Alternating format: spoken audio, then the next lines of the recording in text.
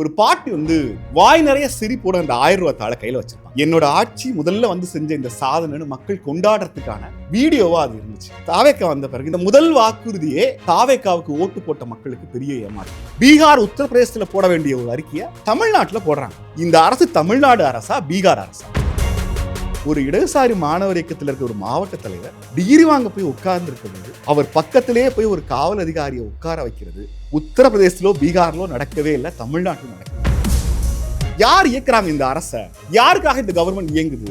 ஒரு எதிர்க்கட்சி தலைவர் கேட்கிற கேள்விக்கு சொல்ற பதில் முதலமைச்சரோட பதில் தப்பா இருக்கு. நீங்க நம்மளை தற்கூரி நினைக்க கூடாது இல்ல, பார்த்து படிச்சு வேலை பார்த்து இருக்கிற எங்களை தற்கூரி நீங்க நினைக்க கூடாது இல்ல.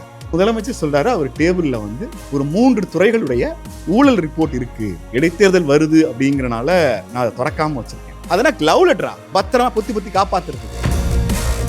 தமிழ்நாடு சட்டப்பேரவையில் ஒலிக்கிற ஒரு குரல் இந்தியா முழுக்க எதிரொலிக்கும். தமிழ்நாடு ஒரு ரெசல்யூஷன் கொண்டு வந்து போட்டாங்கன்னா union government home ministry phone பண்ணுவாங்க. தமிழ்நாடு அரசு சுப்ரீம் கோர்ட்டுக்கு ஒரு பெட்டிஷன் போட்டா மற்ற மாநில அரசுகள்லாம் நடுங்கும். தமிழ்நாட்டினுடைய சட்டமன்ற தீர்மானத்துக்கு எந்த பொருளும் இல்லை. தாவேக்காவினுடைய எல்லா மேல்மட்டத்தில் இருக்கிற ஆட்கள் எல்லாம் திரும்ப நான் கிறிஸ்டியன் ஏன் சொல்றீங்க? இல்ல இதை சொல்றதுனால உங்களுக்கு பயன் என்ன? இது பாஜகவுக்கு வழிவகுக்கிறது. இந்த கிண்டல என்ன நான் சொல்றதுன்னு தெரியல. விஜய் தளபதி அப்படின்னு நார்த் இந்தியா முழுக்க அப்படியே ரீல்ஸா போடுதான். ஏன் இந்த பேரு விஜய் தளபதி தெரியுமா உங்களுக்கு? நார்த் இந்தியா இருக்க பூரா விஜய் தளபதினா தளபதி ஜாதின்னு நினைச்சிட்டு இருக்கான். ஜோசப் விஜய் அதை ஒரு நாள் மாத்துங்களேன், உங்களுக்கு ஓட்டு தான் பார்ப்போம். நீங்க மாத்தி பாருங்களேன். விஜயனா 30 வருஷமா உங்களோட எல்லா டயலாக்கும் ஃபர்ஸ்ட் ஷோல போய் கை தட்டினவனா சொல்றேன். சினிமாவும் அரசியலும் வேற வேற.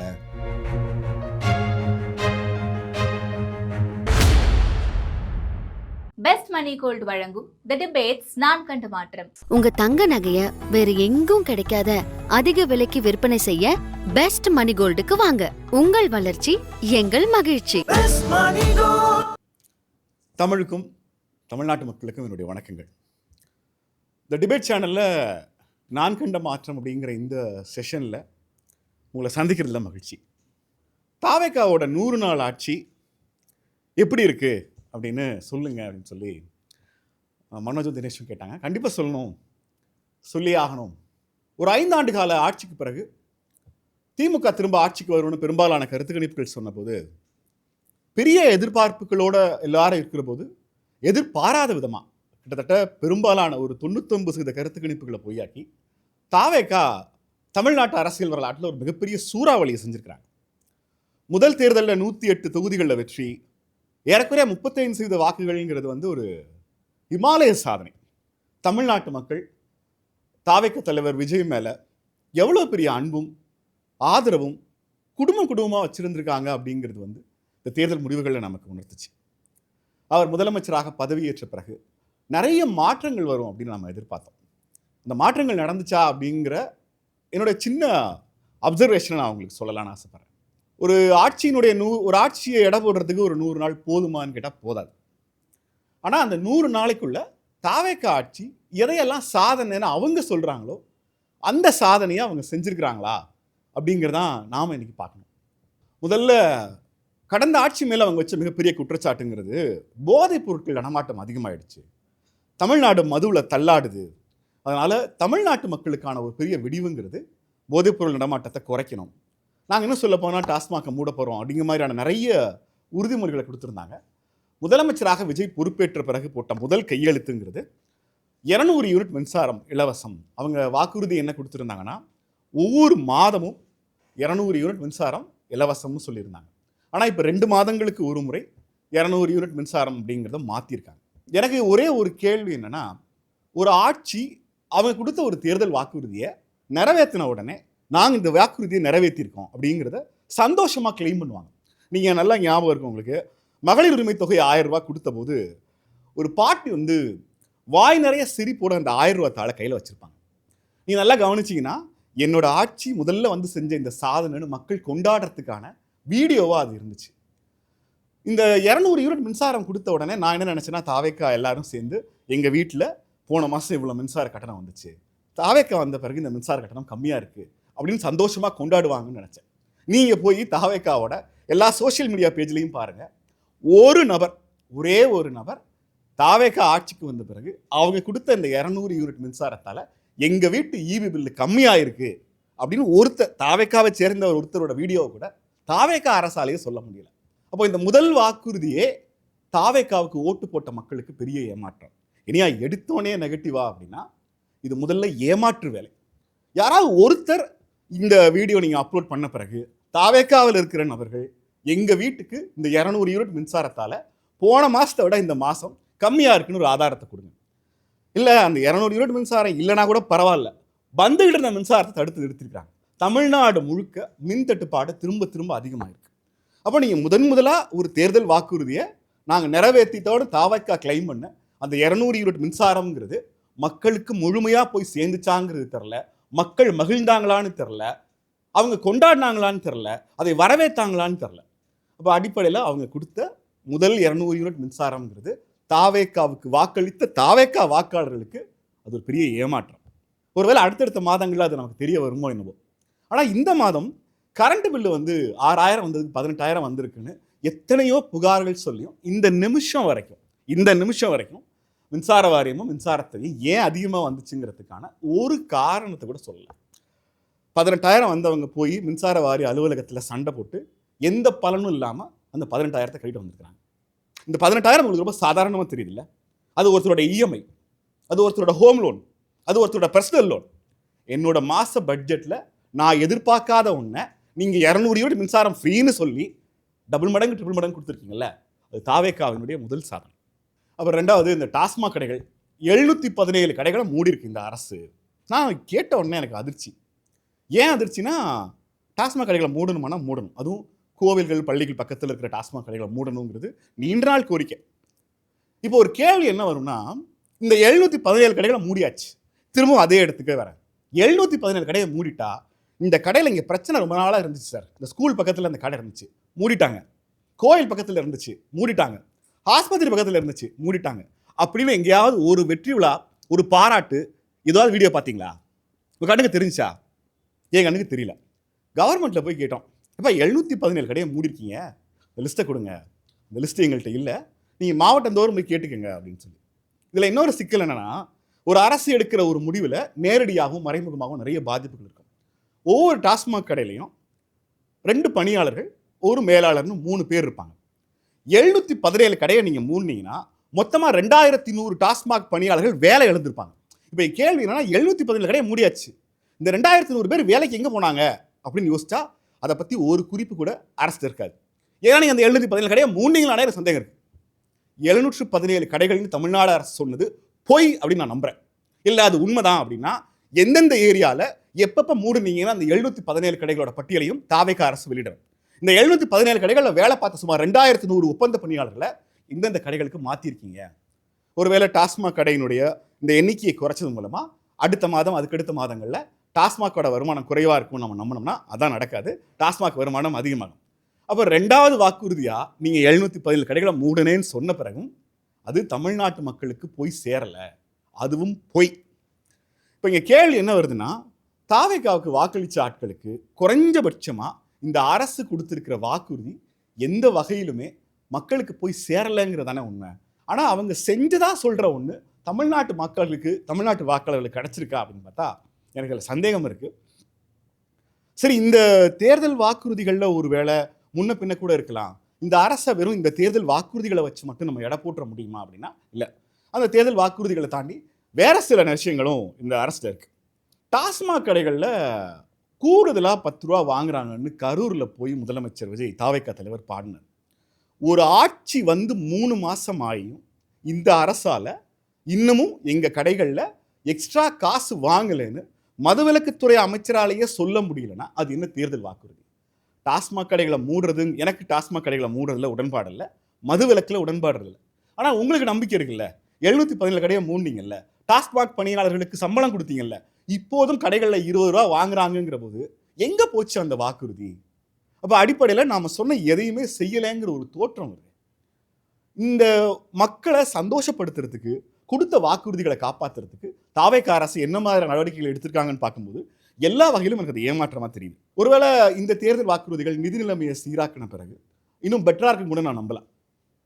ஆனால் இந்த 100 நாளில் இந்த தேர்தல் வாக்குறுதிகளை தாண்டி ரொம்ப முக்கியமாக தமிழ்நாடு கவனிக்க வேண்டியது நான் நினைக்கிற ஒன்று என்னென்னா, இந்த அரசு யாருடைய கட்டுப்பாட்டில் இருக்கிறது, இந்த அரசை யார் வழிநடத்துகிறார்கள், இந்த கேள்வி எனக்கு ரொம்ப முக்கியமான கேள்வியா இருக்கு. தமிழ்நாட்டோட முதலமைச்சர் ஜோசப் விஜய் தான். ஆனா அவர் தான் உண்மையிலேயே முதலமைச்சரான எனக்கு ஒரு சந்தேகம் இருக்கு. ஏன் இந்த சந்தேகம் வந்துச்சுங்கிறதுக்கு ஒரு 4 சம்பவங்களை நான் உங்களுக்கு சொல்ல விரும்புகிறேன். முதலமைச்சர்கிட்ட எதிர்க்கட்சி தலைவர் உதயநிதி ஸ்டாலின் குறுவை சாகுபடி பொய்த்து போய் வறட்சி நிவாரண நிதி கொடுங்கன்னு ஒரு கேள்வி எழுப்புறார். முதலமைச்சர் எந்திரிச்சு விவசாயிகளுக்கு சிறப்பு தொகுப்பு கொடுத்துருக்கோன்னு ஒரு பதில் சொல்றார். எதிர்க்கட்சி தலைவர் கேட்ட கேள்விக்கும் முதலமைச்சர் சொன்ன பதிலுக்கும் எந்த தொடர்பும் இல்லை. ஒருவேளை முதலமைச்சருக்கு இதெல்லாம் தெரிஞ்சிருக்கணும்னு அவசியம் இல்லை. முதலமைச்சருடைய அதிகாரிகள் அவருக்கு இந்த ஃபைலை மாற்றி கூட கொடுத்துருக்கலாம். ஒருவேளை அந்த அறிக்கையை ஒருவேளை மாற்றி கொடுத்துருக்காங்க அப்படின்னு கூட வச்சுக்கலாம். இது முதல் சம்பவம். இந்த அரசுல முதலமைச்சராக இருக்கிற விஜய் எதிர்க்கட்சி தலைவர் கேட்ட கேள்விக்கு வேற ஒரு பதிலை சொல்றாருங்கிறது அவர் புதுசு, ஒருவேளை ஃபைலை மாற்றிருக்காங்க கூட நம்பலாம். சம்பவம் 2, ஒரு உத்தரப்பிரதேசத்துலையோ பீகார்லையோ ஒரு அரசு உத்தரவு போட்டால் என்ன போடுவாங்கன்னா, இங்கே மாணவர்கள்லாம் போராடிட்டு இருக்காங்க. இந்த போராட்டம் பண்ணுறதெல்லாம் யாருன்னு பார்த்தீங்கன்னா கம்யூனிஸ்ட் பார்ட்டிகள், அப்புறம் இந்த காக்ரோச் ஜனதா பார்ட்டிகள். இவங்க போராட்டங்களில் மாணவர்கள் கலந்துக்கிறாங்களான்னு பார்த்து யார் யாரெல்லாம் கலந்துக்கிறாங்கன்னு பார்த்து நோட் பண்ணி சொல்லுங்கன்னு பீகார் உத்தரப்பிரதேசத்தில் போட வேண்டிய ஒரு அறிக்கையை தமிழ்நாட்டில் போடுறாங்க. நீங்கள் தமிழ்நாட்டில் இந்த மாதிரியான அறிக்கைகள் எப்படி வரும்னா, போராட்டங்களில் மாணவர்கள் கலந்து கொள்வதை ஊக்கப்படுத்துவது போலவோ, மாணவர்களின் கல்வி எதிர்காலம் பாதிக்கப்படுவது போலவோ நிகழ்வுகள் நடந்தால் குறிப்பிடுத்து சொல்லவும் இருக்கும். ஆனால் இங்கே என்னென்னா, தமிழ்நாட்டில் 3 விதமான மாணவர் இயக்கங்கள் இருக்காங்க. ஒன்று இடதுசாரிகளுடைய டைஃபை எஸ்எஃப்ஐ மாதிரியானது, அப்புறம் திராவிட இயக்கங்களுடைய மாணவர் அணி, அவங்க பொதுவாக கல்லூரிகளில் பெருசாக போகிறதில்ல, அப்புறம் பாஜகவோட ஏபிவிபி. உத்தரப்பிரதேசம் பீகாரில் ஏபிவிபியை தொடவே மாட்டாங்க. தமிழ்நாட்டினுடைய பல்கலைக்கழகங்கள் கல்லூரிகளில் குறிப்பிட்டு கம்யூனிஸ்ட் கட்சிகளினுடைய மாணவர் இயக்கங்களில் யார் கலந்துக்கிட்டாங்கன்னு ஒரு அரசு கேட்குதுன்னா, இந்த அரசு தமிழ்நாடு அரசா பீகார் அரசா? ஒருவேளை இதுவும் தமிழ்நாட்டு முதலமைச்சருக்கு தெரியாமல் வந்துருச்சு, இந்த அறிக்கை தமிழ்நாட்டு முதலமைச்சருக்கு தெரிஞ்சிருக்க வாய்ப்பு இல்லை அப்படின்னா சரி, அதை மன்னிச்சிடலாம். ஏன்னா அந்த அறிக்கையை அவங்க திரும்ப பெற்றுக்கிட்டாங்க. ஒரு அரசு எப்படி செயல்படும்னா, முதல்ல ஒரு அறிக்கையை விடுவாங்க, அந்த அறிக்கைக்கு எதிர்ப்பு வந்தோடனே அதை திரும்ப வாங்கிடுவாங்க. ஆனால் இந்த அறிக்கையின் சாராம்சங்கள் தமிழகம் முழுக்க இருக்கிற எல்லா காவலர்களுக்கும் என்ன செய்தி சொல்லுதுன்னா, இந்த கவர்மெண்ட், இடதுசாரி மாணவர் இயக்கங்கள் என்ன போராட்டம் நடத்தினாலும் ஒரு நோட் போட்டு வைங்கிறது தான் அதனுடைய அர்த்தம். நீங்கள் அந்த சுற்றறிக்கையை திரும்ப வாங்கினாலும் அதனுடைய அர்த்தம் அதே தான். உச்சபட்சமாக என்ன பண்ணியிருக்கிறாங்க, ஒருத்தன் படித்து டிகிரி வாங்குறதுங்கிறது அவனுடைய கனவு. ஒரு இடதுசாரி மாணவர் இயக்கத்தில் இருக்க ஒரு மாவட்ட தலைவர் டிகிரி வாங்க போய் உட்கார்ந்துருக்க போது அவர் பக்கத்திலே போய் ஒரு காவல் அதிகாரியை உட்கார வைக்கிறது உத்தரப்பிரதேசத்திலோ பீகாரிலோ நடக்கவே இல்லை, தமிழ்நாட்டில் நடக்குது. ஒருவேளை இந்த சுற்றறிக்கையும் இந்த அறிவிப்பும் கூட முதலமைச்சருக்கு தெரியாமல் போகலாம், விட்டுறலாம். 3வது சம்பவம், குஜிலியம்பாறையில் ஒவ்வொரு வீடாக போய் யார் யாரெல்லாம் மார்க்சிஸ்ட் கம்யூனிஸ்ட் கட்சி, இந்திய கம்யூனிஸ்ட் கட்சியில் இருக்கிறவங்கள ஒரு அறிக்கை எடுங்க, ஒரு கணக்கெடுப்பு எடுங்க அப்படின்னு ஒரு சுற்றறிக்கை வருது. தாவேக்கா அரசு இப்போ இல்லை, தாவேக்கா கூட்டணி அரசு. தாவேக்கா அமைச்சரவையில் இல்லாத கூட்டணியில் இருக்கிற கம்யூனிஸ்ட் கட்சிகளோட மெம்பரை போய் வீடு வீடாக இது எடுக்கிறதுங்கிறது ஒரு சர்வாதிகார ஆட்சியோட அணுகுமுறை இல்லையா? இதை எப்படி ஒரு அரசு செய்யும்? ஒருவேளை இதுவும் முதலமைச்சருக்கு தெரியாமல் நடந்துருச்சுன்னு வச்சுக்கோம். இது நடந்த உடனே என்ன பண்ணாங்க, அந்த சுற்றறிக்கையை வெளியிட்ட வட்டாட்சியருக்கு ஒரு தண்டனை கொடுக்கணும். என்ன தண்டனை? பணியிட நீக்கமோ இல்லை அவரை ஒரு லாங் லீவில் அனுப்புவாங்க அப்படின்னு நீங்கள் எதிர்பார்த்தீங்கன்னா, அவருக்கு மெட்ராஸுக்கு டிரான்ஸ்ஃபர் கொடுத்துருக்குறாங்க. எப்படி? குஜிலியம்பாறையில் கம்யூனிஸ்ட் கட்சிகளில் இருக்கிற உறுப்பினர்கள் யார் யாருன்னு வீடு வீடாக போய் அறிக்கை கொடுங்கன்னு காவல்துறைக்கு உத்தரவிட்ட ஒரு வட்டாட்சியராக மெட்ராஸுக்கு டிரான்ஸ்ஃபர் பண்ணுறதுக்கு பேர் தண்டனையா? அதுக்கு பேர் ப்ரமோஷன். இதுவும் தமிழ்நாட்டில் நடந்துச்சு. இந்த சம்பவத்துக்கும் முதலமைச்சரும் கூட சம்பந்தம் இல்லைன்னு வச்சுக்கோம். 4வது சம்பவம், தமிழ்நாடு சட்டப்பேரவையில் டீலிமிட்டேஷன் தொடர்பாக ஒரு தீர்மானம் நிறைவேற்றுறாங்க. என்ன தீர்மானம் நிறைவேற்றுறாங்க? 543 MP அப்படியே இருக்கணும், அதை எந்த வகையிலும் மாற்றாதீங்க. தென்னிந்திய முதலமைச்சர்கள் கூட்டத்தில் தமிழ்நாடு முதலமைச்சர் ஒரு அறிக்கையை கொடுக்கிறார். என்னன்னா, தமிழ்நாட்டில் தற்போது இருக்கிற மக்களவை உறுப்பினர்களின் விகிதாச்சார பிரதிநிதித்துவம் கிட்டத்தட்ட 543ல் 39, 7.18%, அது மாறக்கூடாதுன்னு. இந்த தீர்மானத்துக்கு முதலமைச்சர் கொடுத்த அந்த அறிக்கைக்கு எந்த சம்பந்தமுமே இல்லை. இப்போ அடுத்த கேள்வி வருது, ஒரு முதலமைச்சரோட ஃபைலில் இருக்க வேண்டிய ஒவ்வொரு அறிக்கையும் முதலமைச்சருக்கு தெரிஞ்சு அப்படி இருக்கா, இல்லை முதலமைச்சருக்கு தெரியாமலே அப்படி இருக்கா? இப்போ இந்த கேள்வி எங்கே வருதுன்னா, முதலமைச்சர் போடுற ஒவ்வொரு கையெழுத்தும் உண்மையிலேயே முதலமைச்சருக்கு தெரிஞ்சிருக்கா? யார் இயக்குறாங்க இந்த அரசை? யாருக்காக இந்த கவர்மெண்ட் இயங்குது? ஒரு ஒரு எதிர்க்கட்சி தலைவர் கேட்குற கேள்விக்கு சொல்கிற பதில் முதலமைச்சரோட பதில் தப்பாக இருக்குது. ஒரு மாணவர்களை கண்காணிக்கிற ஒரு அரசாணை வந்து பீகார் உத்தரப்பிரதேசத்தில் போடுற மாதிரி இருக்குது. ஒரு வட்டாட்சியர் தப்பு பண்ணிட்டாருன்னு சொன்னால் அவரை மெட்ராஸுக்கு ப்ரமோஷன் அனுப்புறீங்க. சட்டப்பேரவை தீர்மானத்துக்கும் உள்துறை அமைச்சர்கிட்ட கொடுக்குற டாக்குமெண்ட்டுக்கு சம்பந்தமே இல்லை. அடிப்படையில் முதலமைச்சர் அவமானப்பட வேண்டும் என்று தமிழ்நாடு அரசு அதிகாரிகள் விரும்புகிறார்களா? மின்துறை அமைச்சர், மின்சாரத்துறை அமைச்சர் ஒரு ட்வீட் போட்டிருக்காரு. எங்களுடைய நிலைப்பாட்டை நாங்கள் உறுதியாக இருக்கோம். என்ன உறுதியாக இருக்கோம்? இந்த டீலிமிட்டேஷன் வேணாம், நோ டீலிமிட்டேஷன் தான் அப்படின்னு. இல்லை தமிழ்நாட்டில் எங்களெல்லாம் பார்த்தா உங்களுக்கு எப்படி தெரியுது? இல்லை எப்படி தெரியுதுன்னு கேட்குறேன். முதலமைச்சர் உள்துறை அமைச்சர் கொடுத்துருக்க அறிக்கையில் தமிழ்நாட்டினுடைய தற்போதைய பிரதிநிதித்துவம் எந்த வகையிலும் மாறக்கூடாது. இதை காப்பி பண்ணவங்களுக்கு, டைப் பண்ணவங்களுக்கு, மேற்பார்வையிட்டவங்களுக்கு, சைன் பண்ணவங்க ஒருத்தர் கூட தெரியாதா? ஃபேர் டீலிமிட்டேஷனுக்கும் நோ டீலிமிட்டேஷனுக்கும் வித்தியாசம் தெரியாதா? அப்போ இது என்னன்னா, நாங்கள் ஒன்று செய்வோம், அது தப்பாக இருக்கும், அதை நாங்கள் திருத்திடுவோம், திரும்ப அதே தப்பை நாங்கள் திரும்ப செய்வோம், நீங்கள் கேள்வி கேட்கக்கூடாது. தற்குறிங்கிற வார்த்தையை கடந்த 3 ஆண்டுகளில் நான் ஒரு ஊடகவியலாளராக அது வரைக்கும் பயன்படுத்தவே இல்லை. ஏன்னா ஒரு நபரை, ஒரு அரசியல் தெரியாத ஒரு நபரை அவர் தற்குறின்னு சொல்கிறது ரொம்ப கடினமான ஒன்று. ஏன்னா நமக்கு பொறுப்பு இருக்குது, அவங்களுக்கு அந்த அரசியல் நம்ம கற்றுக் கொடுக்கணும். அவங்களுக்கு அரசியல் தெரியாமல் இருக்கிறது ஒரு தப்பு கிடையாது. ஆனால் நீங்கள் நம்மளை தற்குறி நினைக்கக்கூடாது. இல்லை, பார்த்து படித்து வேலை பார்த்துருக்கிற எங்களை தற்குறி நீங்கள் நினைக்கக்கூடாது. இல்லை, இந்த அரசு ஒவ்வொரு முறையும் நாம் என்ன செய்கிறோம் அப்படிங்கிறத பற்றின தெளிவு இந்த அரசுக்கு இருக்கானே நான் கேள்வி எழுப்புறேன். அப்போதைய பாஜக அரசால் பரிந்துரைக்கப்பட்ட ஒருத்தர் தேர்தல் ஆணையத்தால் எலெக்ஷன் கமிஷன் அப்போ தலைமைச் செயலராக போட்டிருக்காங்க. அந்த தலைமைச் செயலாளர் இப்போதும் தலைமைச் செயலராக செயல்பட்டு இருக்கிறார். நான் என்ன நினைக்கிறேன், தாவேக்காவினுடைய அமைச்சர்கள் அவங்கெல்லாம் ஒரு பக்கம் தனியாக செயல்படுறாங்க, தலைமைச் செயலாளர், உள்துறை செயலாளர், அதிகாரிகள்லாம் ஒரு பக்கம் தனியாக செயல்படுறாங்களோ அப்படிங்கிற ஒரு சந்தேகம் எனக்கு இருக்குது. இந்த அரசு இன்னொரு பெரிய கிளைம் என்ன பண்ணுறாங்கன்னா, ரொம்ப முக்கியமாக இந்த அரசில், இந்த ஆட்சியில் ஊழல் ஒழிஞ்சிருச்சு, லஞ்சம் ஒழிஞ்சிருச்சு, பார்ட்டி ஃபண்டு வாங்கினாங்க. எங்கே பார்ட்டி ஃபண்டு வாங்கினாங்க? யார்கிட்ட வாங்கினாங்க? யார் கொடுத்தா? இப்போ பார்ட்டி ஃபண்டு ஒழிஞ்சிருச்சு. பார்ட்டி ஃபண்டு எங்கே இருக்குன்னு கேட்டால் அந்த கேள்விக்கு பதில் இல்லை. இந்த கப்பில் டீ இருக்கணும், இந்த கப்பில் டீ இருந்துச்சு, இப்போ இந்த கப்பில் டீ இல்லை. இந்த கப்பில் எதுவுமே இல்லை, ஆனால் இந்த கப்பில் முழுக்க டீ இருந்ததாகவும் இப்போ இந்த கப்பு காலியாக இருக்கிறதாகவும் சொல்கிறது இருக்குல்ல, இது ஒரு பெரிய பொய் இல்லையா? நீங்கள் முதல்ல ஒரு பொய்யை, நீங்கள் இந்த அரசு அவங்க செய்கிற ஒன்றுக்கு முதல்ல அவங்களே நம்புகிறாங்களான்னு எனக்கு ஒரு சந்தேகம் இருக்குது. நீங்கள் ஊழல்னு ஒன்று சொன்னீங்கன்னா அந்த ஊழலை நீங்கள் நிரூபிக்கணும். ஊழல்னு சொல்கிறதோ, ஒருத்தரை கைது செய்கிறதோ, அவர் தூக்கி ஜெயிலில் வைக்கிறதோ அதுக்கு பேர் ஊழல் இல்லை. ஆமாம், இவர் ஊழல் செஞ்சாருன்னு நீதிமன்றம் அதை உறுதிப்படுத்துறதுக்கு பேர் தான் ஊழல். ஆனால் இந்த அரசு எப்படி ஃபங்க்ஷன் ஆகுறாங்கிறதுக்கு இன்னொரு பெரிய உதாரணம் என்னென்னா, தமிழ்நாட்டில் போக்குவரத்து துறையில் கண்டக்டர் டிரைவர் நியமிக்கிறதுக்கு உத்தரப்பிரதேசத்தில் இருக்க ஒருத்தருக்கு கான்ட்ராக்ட் கொடுத்துருக்காங்க. இது எவ்வளோ பெரிய அநியாயம்னு ஒரு செய்தி தொடர்ந்து வந்துக்கிட்டே இருக்கு. நானும் எப்படியா தமிழ்நாட்டில் உத்தரப்பிரதேசத்துலேருந்து ஒரு கண்டக்டரானு பார்த்தா, அந்த பணி நியமனத்துக்கு ஒப்பந்ததாரர்களுடைய ஒப்பந்த பணியாளர்களை நியமிக்கிற இந்த டெண்டர் திமுக ஆட்சியிலே விட்டுருக்காங்க. ஏப்பா, திமுக ஆட்சியிலே விட்டுருந்தா கடந்த 5 வருஷத்தில் தமிழ்நாடு முழுக்க வடமாநில தொழிலாளர்கள் தானே கண்டக்டராகவும் டிரைவராகவும் இருந்திருப்பாங்க. ஒருவேளை அடுத்து தாவேக்க ஆட்சி தான் வரப்போகுது, அதனால் அவங்க ஆட்சியில் இதெல்லாம் இருக்குன்னு முன்னாடியே போட்டாங்களா? அப்புறம் போய் பார்த்தா ஆகஸ்ட் 13ஆம் தேதி காலையில் 10:13க்கு 10:39க்கு தாவேக்க அரசு போக்குவரத்து கழகத்தில் ஒப்பந்த பணியாளர்களாக ஒரு உத்தரப்பிரதேச நிறுவனத்தை தேர்ந்தெடுத்திருக்குது தாவேக்க அரசு. இந்த பொய் இருக்கு இல்லையா, இந்த பொய் தான் என்னுடைய பிரச்சனை. இந்த அரசின் எந்த செயல்பாடுகளையும் 1% கூட உண்மைத்தன்மை கிடையாது. ஏன் உண்மைத்தன்மை இல்லைன்னா, ஒருவேளை நாம் ஒரு பேச்சுக்கு வச்சுக்குவோம், திமுக அரசு தான் போக்குவரத்து கழகத்தில் அப்படி ஒரு டெண்டரை போட்டிருக்காங்கன்னே வச்சுக்குவோம். இந்த ஆட்சி வந்த நாள்லேருந்து இந்த 100 நாளில் சுமார் 2998 டெண்டர்களை இந்த அரசு ரத்து பண்ணியிருக்காங்க.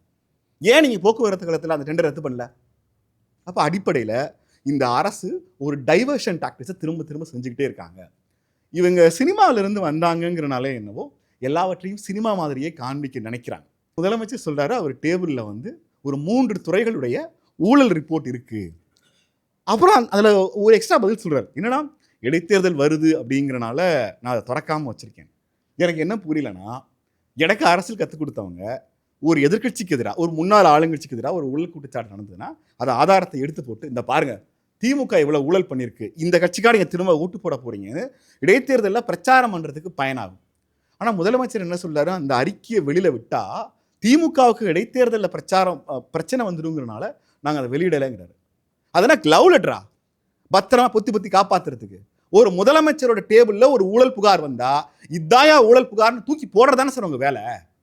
யார் சார் பயப்படுறீங்க நீங்கள்? யாருக்கு பயப்படுறீங்க?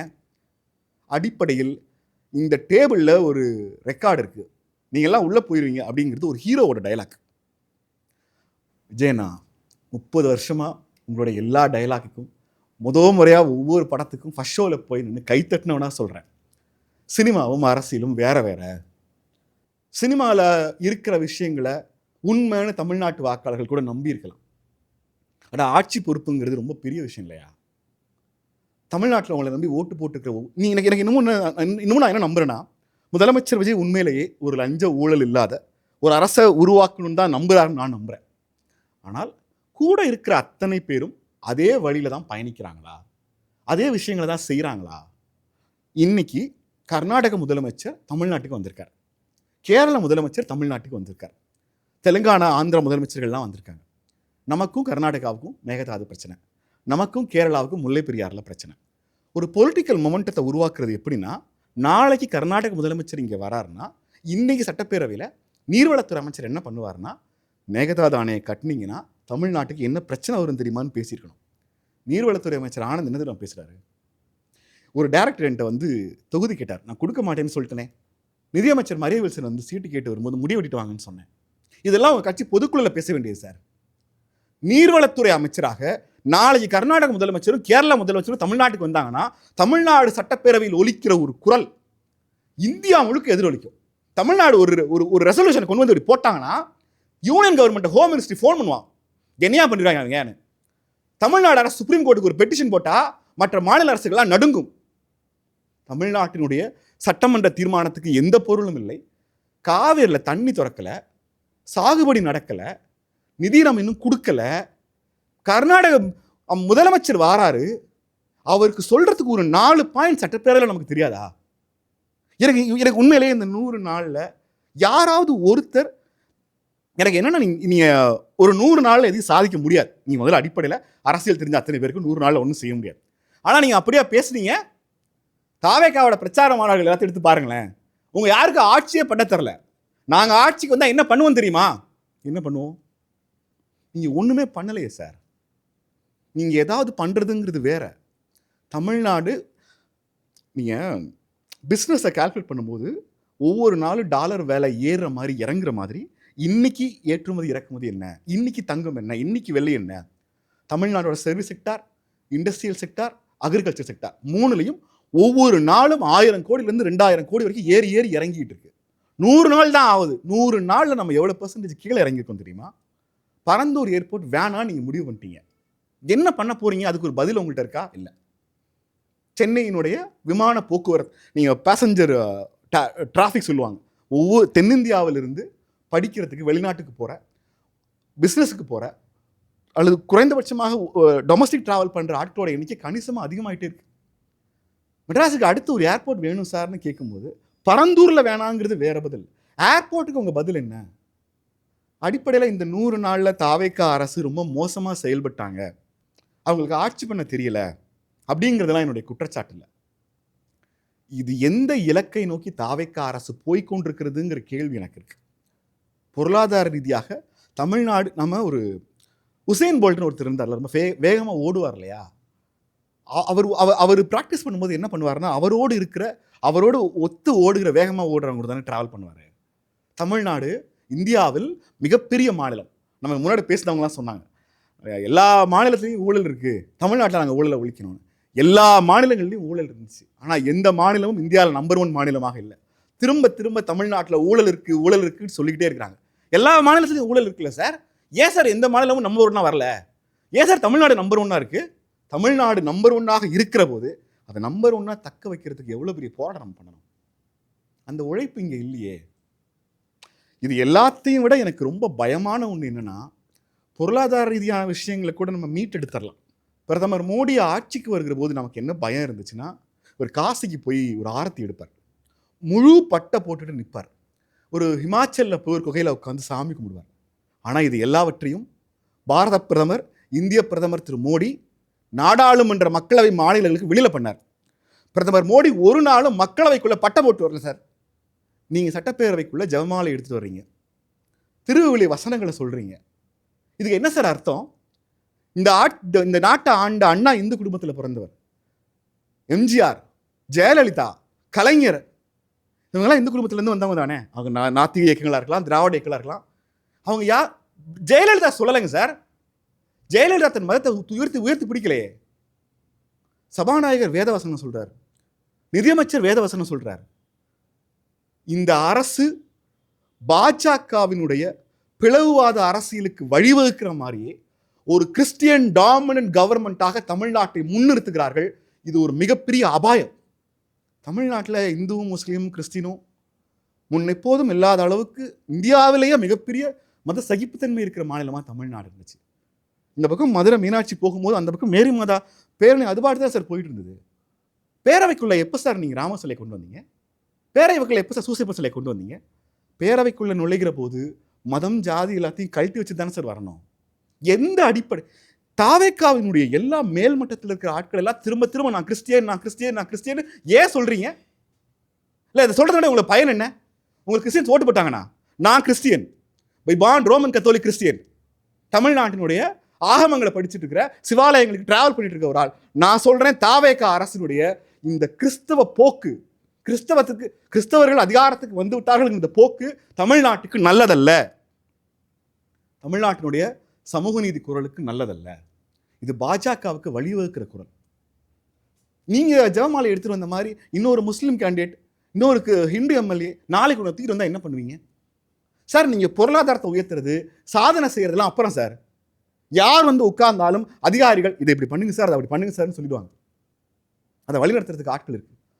இந்த கம்யூனல் ஹார்மனி ஒன்று இருக்குல்ல, தமிழ்நாட்டினுடைய எல்லா மதங்களையும் எல்லா ஜாதிகளையும் சமத்துவமாக பார்க்குற ஒரு பன்முகத்தன்மை இருக்கு இல்லையா, அந்த பன்முகத்தன்மைக்கு வேட்டு வைக்கிற எல்லா முயற்சிகளையும் தாவேக்கா அரசு இந்த நிமிஷம் வரைக்கும் பண்ணிட்டு இருக்காங்க. ஒரு அரசு அலுவலகத்தில் மதம் தொடர்பான எதையுமே செய்யக்கூடாதுன்னா சட்டப்பேரவையில் செய்யலாமா? அதை எங்கிருந்து வந்தது தைரியம் உங்களுக்கு? கிறிஸ்டியன் மைனாரிட்டினா அதில் ஒரு எனக்கு ரொம்ப ஆச்சு. நீங்கள் கிறிஸ்தவத்தை ஒரு வகையில் நான் வந்து இழிவுபடுத்தலை. நீங்கள் பழைய கிறிஸ்தவ பைபிள்லாம் பார்த்தீங்கன்னா அதுக்கு பேரே வேதாகமம். வேதாகமம்ங்கிற வார்த்தையில் இருக்கிற வேதம்ங்கிறது எங்கிருந்து வந்து உங்களுக்கு தெரியும். ஏன்னா தமிழ்நாட்டில் பிராமணர்கள் பயன்படுத்துகிற வந்து வேதம்ங்கிற வார்த்தை. கிறிஸ்தவ மதம் பிறந்த எந்த நாடுகள்லையும் வேதம்ங்கிற வார்த்தையே இல்லை. ஆனால் கிறிஸ்தவம் எழுதப்பட்ட போது, பைபிள் எழுதப்பட்ட போது தேவரீர், கர்த்தரே, வேதாகமம்னு எல்லாமே சமஸ்கிருதத்தில் இருந்துச்சு. உங்களுக்கு நான் ஒன்று சொல்கிறேன், திருவிவிலியத்தை எழுதியவர்கள் திராவிட ஆட்சிகளுக்கு பிறகு திருவிவிலியம் ஒவ்வொரு முறையும் தமிழ்படுத்தப்பட்டிருக்கு. எனக்கு நல்லா ஞாபகம் இருக்குது, நான் பைபிள் கிளாஸ் டீச்சராக இருந்திருக்கேன்.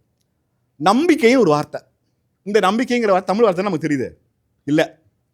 பைபிளில் இருந்த நம்பிக்கைங்கிற ஒரு வார்த்தை 3 முறை திரும்ப தமிழ்படுத்துகிற போது கடைசியாக வந்த வெர்ஷனில் அதுக்கு பற்றுறுதின்னு பேர் வச்சிருக்கிறாங்க. நம்பிக்கைக்கு பற்றுறுதின்னு பேர் வச்சிருக்கிறாங்க. கிறிஸ்தவர்கள் அவங்க போகிற எல்லா இடங்கள்லையும் அந்த மொழியை அடாப்ட் பண்ணி வீரமாமுனிவர் தொடங்கி தமிழை செழுமைப்படுத்தியிருக்காங்க.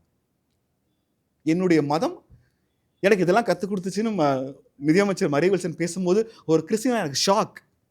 மதத்தை பரப்ப வந்த அத்தனை கிறிஸ்தவ மிஷினரியும் தமிழை படிச்சுட்டு, யோ என்னையா நீ, அகம் புறம் 2 தான், காதல் வீரம் 2 தான், தமிழ் என்னையா இப்படி இருக்குன்னு தமிழுக்கு உட்காந்து டிக்ஷனரி போட்டிருக்கான் கிறிஸ்டியன். நீங்கள் அந்த கிறிஸ்டியன் பேரை வச்சுக்கிட்டு பேரவைக்குள்ள உட்காந்து உங்கள் தமிழ்னு தமிழை கேவலப்படுத்திருக்கீங்க.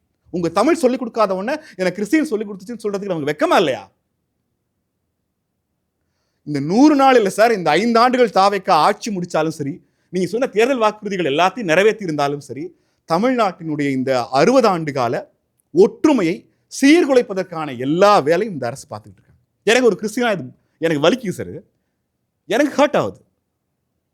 கல்வி, சுகாதாரம்னு ஒவ்வொரு நிலையும் கிறிஸ்தவர்கள் தமிழ்நாட்டுக்கு நிறைய சேவையை செஞ்சு கொடுத்துருக்காங்க. அவங்க ஒருபோதும் இந்த மாதிரியான எந்த வேலைகளையும் பார்த்ததில்லை. அவங்க பொலிட்டிக்கல் கிளைம் பண்ணதே கிடையாது. அப்புறம் இதில் இன்னொரு பெரிய இந்த கிண்டலை என்ன நான் சொல்றதுன்னு தெரில. விஜய் தளபதி அப்படின்னு நார்த் இந்தியா முழுக்க அப்படியே ரீல்ஸாக போடுதான். ஏன் இந்த பேர் விஜய் தளபதி தெரியுமா உங்களுக்கு? நார்த் இந்தியா இருக்க பூரா விஜய் தளபதினா தளபதி ஜாதின்னு நினச்சிட்டு இருக்கான். ஜோசப் விஜய் அதை ஒரு நாள் மாற்றுங்களேன், உங்களுக்கு ஓட்டு கொடுத்தான்னு பார்ப்போம். நீங்கள் மாற்றி பாருங்களேன், எப்படி மாற்றுவீங்க? ஒரு ஆட்சியின் சாதனை என்பது அதனுடைய பொருளாதார கணக்கீடுகள்லையோ அதனுடைய கட்டிட உயர்வுகள்லையோ கட்டமைப்புகள்லையோ இல்லை, மக்கள்கிட்ட இருக்கு. மக்கள் தம் பக்கத்தில் இருக்கிறவனை ஜாதி மதம் பார்க்காம மனுஷனாக பார்க்குற ஒரு பார்வையை கடந்த 40-50 ஆண்டுகளாக கொஞ்சம் கொஞ்சமாக கொண்டு வந்து சேர்த்துருக்காங்க. திராவிட கட்சிகளில் குறை இல்லைன்னு நான் சொல்ல மாட்டேன். ஆனால் கடந்த 25 ஆண்டுகளில் தமிழ்நாட்டில் திராவிட கட்சிகள் முடிஞ்ச வரைக்கும் இதை கொஞ்சமாக மேம்படுத்தியிருக்காங்க. சார், தமிழ்நாட்டில் ஒரு போலீஸ் ஸ்டேஷனுக்குள்ளே ஒரு கட்சிக்காரன் போய் 25 வருஷம் ஆச்சு சார். கடைசியாக அதிமுகவில் ஜெயலலிதா ஆட்சி காலத்தில் 96-2001 கூட இல்லை, திமுக கவுன்சிலர்கள் போய் போலீஸ் ஸ்டேஷனில் மிரட்டினாங்கிற செய்தியெல்லாம் நீங்கள் எப்போ பார்த்தீங்க? தமிழ்நாடு எதையெல்லாம் தமிழ்நாட்டுக்கு உகந்தது இல்லைன்னு கைவிட்டாங்களோ, தமிழ்நாடுக்கு இதெல்லாம் பொருந்தாதுன்னு தமிழ்நாடு எதையெல்லாம் கைவிட்டதோ, அதையெல்லாம் தங்கள் ஆட்சியின் குறைகளை மறைக்கிறதுக்கு இந்த அரசு கையில் எடுத்திருக்கிறாங்க. மக்கள் நலத்திட்டங்கள், நிதி ஒதுக்கீடு, ஊழல், லஞ்சம், இது எல்லாத்தையும் விட முக்கியமான ஒன்று, இந்தியாவில் தமிழ்நாட்டுக்குன்னு இருக்கிற தனித்தன்மை. ஒரு வலதுசாரி கட்சி தமிழ்நாட்டில் ஆட்சிக்கு வந்துவிடக்கூடாதுங்கிற திரும்ப அந்த எண்ணம் இருந்துச்சு. இல்லை, வந்தால் இந்த இந்த மக்களை பிளவுபடுத்திடுவாங்கன்னு பாஜகவை ரொம்ப கஷ்டப்பட்டு நம்ம தடுத்து நிப்பாட்டி வச்சுருந்தோம். ஆனால் பாஜகவுக்கு பதிலாக இன்னொரு பாஜக மாதிரியான கட்சி வரும்னு தமிழ்நாடு எதிர்பார்க்கல. நான் தாவேக்காவை இப்பவும் அந்த ஸ்கேலில் சேர்க்கலை. ஆனால் அந்த செயல்பாடுகள் எல்லாமே அப்படி தான் இருக்குது. அப்புறம் அவர் இது சொல்லியே ஆகணும், இது ரொம்ப முக்கியமான ஒன்று. சட்டப்பேரவை அவைத்தலைவர் ஜேசிடி பிரபாகர் அவையை நடத்துறதுல ரொம்ப கண்ணியமாக, ரொம்ப பேலன்ஸாக நடத்துகிறார். ஆனால் ரொம்ப முக்கியமான ஒன்று, பெண்களினுடைய உரிமைக்காக கடந்த 100 ஆண்டுகளில் தமிழ்நாடு எடுத்த மிக முக்கியமான பல விஷயங்களில் கருக்கலைப்பு ஒன்று. இந்த கருவை வயிற்றில் சுமப்பதா இல்லையாங்கிற அந்த பெண் முடிவு பண்ணணும், அது நீங்கள் முடிவு பண்ணக்கூடாது. கருக்கலைப்புக்கு எதிராக ஒரு கிறிஸ்தவர்கள் மாநாடு நடத்துனதுல ஜேசிடி பிரபாகர் போய் கலந்துக்கிறார். தாவேக்காவினுடைய கொள்கை என்ன? திரும்ப தாவேக்காவோட கொள்கை என்னன்னு கேட்கறதுல இருக்கிற பிரச்சனை என்னன்னா, உங்கள்கிட்ட கொள்கைங்கிறது ஒன்று இல்லை. அது இருந்திருந்தா மறைவலசன் அப்படி பேசியிருக்க மாட்டார். அப்படி இருந்திருந்தா ஜேசிடி பிரபாகர் அப்படி பேசியிருக்க மாட்டார். அடிப்படையில் பாஜகவை கொள்கை எதிரியாக சும்மா வச்சுக்கிட்டு பாஜகவை எந்த வகையிலும் எதிர்த்து விடக்கூடாது, திமுகவை காலி பண்ணால் போதும், அதிமுகவை காலி பண்ணால் போதுங்கிற உங்களுடைய இந்த ரொம்ப நேரோ அரசியலில் தமிழ்நாட்டினுடைய 2000 ஆண்டு கால வரலாற்றையும் பண்பாட்டையும் தமிழ் மண்ணுக்குரிய எல்லா சிறப்பு இயல்புகளையும் தாவேக்கா இந்த ஆட்சி முடிகிறதுக்குள்ள தகர்த்துருமோ அப்படின்னு எனக்கு பயமாக இருக்குது. ஒரு 5 வருஷம் ஆட்சி முடிஞ்ச பிறகு பொருளாதார ரீதியாக கீழே விழுந்தா கூட அடுத்தடுத்து நம்ம எந்திரிச்சு வந்துட முடியும். பக்கத்தில் உட்காந்துருக்கிறவனை நீ கிறிஸ்டினா, இந்துவா, முஸ்லீமா அப்படின்னு பார்க்குற பார்வையை ஒன்ஸ் நீங்கள் உருவாக்கிட்டீங்கன்னா அப்புறம் தமிழ்நாடு பீகாராவும் உத்தரப்பிரதேசமாகவும் மாறதை தடுக்கவே முடியாது. இந்த ஸ்டுடியோவில் இந்த புக் இருக்கு இல்லையா, இது ஒரு செட் ப்ராப்பர்ட்டி. இந்த கிளாக் இருக்கு இல்லையா, இது ஒரு செட் ப்ராப்பர்ட்டி. இந்த லைட் ஒரு செட் ப்ராப்பர்ட்டி. இந்த ஃபோன் ஒரு செட் ப்ராப்பர்ட்டி. ஆனால் இங்கே உட்காந்து நான் பேசிட்டு இருக்கிறேன் நான் இல்லையா, நான் வந்து ஒரு உயிருள்ள ஆள். ஒரு ஆட்சிக்கு செட் ப்ராப்பர்ட்டிகள் துணை செய்யலாம். பேச வேண்டிய ஆள் பேசினா தான் இதுக்கு பேர் நிகழ்ச்சி. பைக்கை நான் இப்படி வச்சுட்டு அமைதியாக உட்காந்துருந்தேன்னா இந்த புக்கு பேசாது, இந்த லைட்டு பேசாது, இந்த கிளாக் பேசாது, இந்த ஃபோன் பேசாது. அடிப்படையில் சினிமாவில் செட் ப்ராப்பர்ட்டி எதுவும் பேசாது. அரசியலில் நீங்கள் பேசினா தான் அரசியல் நடக்கும். நீங்கள் செட் ப்ராப்பர்ட்டியாக இல்லையாங்கிறத முதல்ல நீங்கள் முடிவு பண்ணுங்கள். நான் தாவேக்கா அரசுக்கு ரொம்ப பணிவன்போடு வேண்டுகோள் வைக்கிறேன். கொள்கைகள் நீங்கள் என்ன வேணால் பண்ணுங்கள், நீங்கள் கொடுத்த தேர்தல் வாக்குறுதி நிறைவேற்றாமல் போங்க, அது மக்களோட பிரச்சனை, உங்களோட பிரச்சனை. அடுத்து நீங்கள் தேர்தலை சந்திக்கிற போது மக்கள் வாக்களிக்கிறதா வேணாமாங்கிறத அவங்க முடிவு பண்ணுவாங்க. ஆனால் தாவேக்காவினுடைய அமைச்சர்கள், எம்எல்ஏக்கள் பேசுகிற போது தமிழ்நாட்டினுடைய இந்த பன்முகத்தன்மையை, மத ஒற்றுமையை, சமூக ஒழுங்க, த சோஷியல் ஆர்டர், அது எந்த வகையிலும் சீர்குலையாமல் பார்த்துக்கங்க. அது சீர்குலைஞ்சிச்சுன்னா தமிழ்நாடு படு பாதாளத்துக்கு கீழே போவதை உலகத்தின் எந்த சக்தி நினைத்தாலும் நடக்காது. இந்த அரசு அவங்க கொடுத்த தேர்தல் வாக்குறுதிகளை அவங்களுடைய செயல்பாடுகளால் சிறப்பாக நிறைவேற்றணும்னு தாவேக்கா அரசை மனதார வாழ்த்துறேன். நன்றி.